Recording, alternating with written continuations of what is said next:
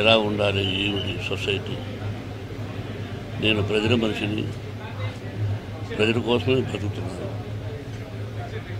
ప్రజల కష్ట సుఖాలు తెలుసుకొని నా వంతు నేను ఏం చేయగలను అని ఎప్పుడు చెప్తుండేవారు. నేను ఎప్పుడు కలిసినా దాదాపు 2 గంటల వరకు నన్ను కదలనిచ్చేవారు కదా. రండి, నేను ఎప్పుడైనా చనిపోతే నా సమాధి ఉంది చూతురు అనేవారు. ఏమండి, నేను ప్రకటించడానికి వచ్చాను కానీ మీ సమాధి నేను ఎందుకు చూడాలి, మీరు బాగుండాలండి అంటే. ఎందుకు మీరు ధైర్యస్తులు కదా, ఎందుకు అది పిరియతనంగా ఉంటారు, రండి నేను ఎన్నోసార్లు పిలిచిన రాను సార్ అని చెప్పడం జరిగింది. ఆయన లోటు మా కుటుంబానికి కాదు, యావత్ ప్రపంచానికి తీరని లోటు. ఇది సామాన్యమైన విషయం కాదు. ఈ స్టూడియో ఒక్కరి వల్ల అయ్యే పని కాదు. ఒక్కరిది ఓన్లీ వన్ మ్యాన్ ప్రపంచంలో చాలా గొప్ప వ్యక్తిగా పేరు సంపాదించారు.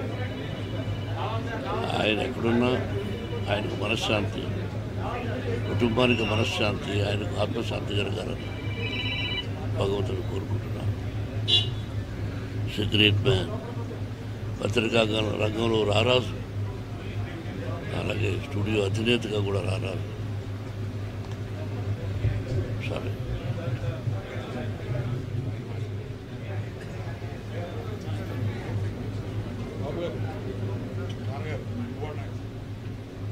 మా జనరేషన్కి మేమందరం చిన్నపిల్లలు, పెద్ద పెద్ద నటీనటుల ముందు మాకు ఒక లెజెండ్, మా ముందు జనరేషన్ కూడా, మా ముందు తరానికి కూడా ఒక మహానుభావుడు అని అందరూ చెప్పే వ్యక్తి రామోజీరావు గారు. మేమందరం ఎంతో నేర్చుకున్నాం. ఆయన వేసిన బాట ఇంకా ఎన్నో జనరేషన్స్ కూడా అది పాటిస్తూ ఉంటారు. ఈరోజు రామోజీరావు గారు పోయిన దానికి ఆ లోటు ఒక తెలుగు రాష్ట్రానికే కాదు, యావత్ భారతదేశం గర్వించదగ్గ ఒక మీడియా బ్యారన్, ఒక వండర్ఫుల్ హ్యూమన్ బీయింగ్ మనం అందరం కోల్పోయాం. మా మొత్తం తెలుగు ఫిలిం ఇండస్ట్రీ అంతా మేమందరం ఒక మహానుభావుని కోల్పోయాం.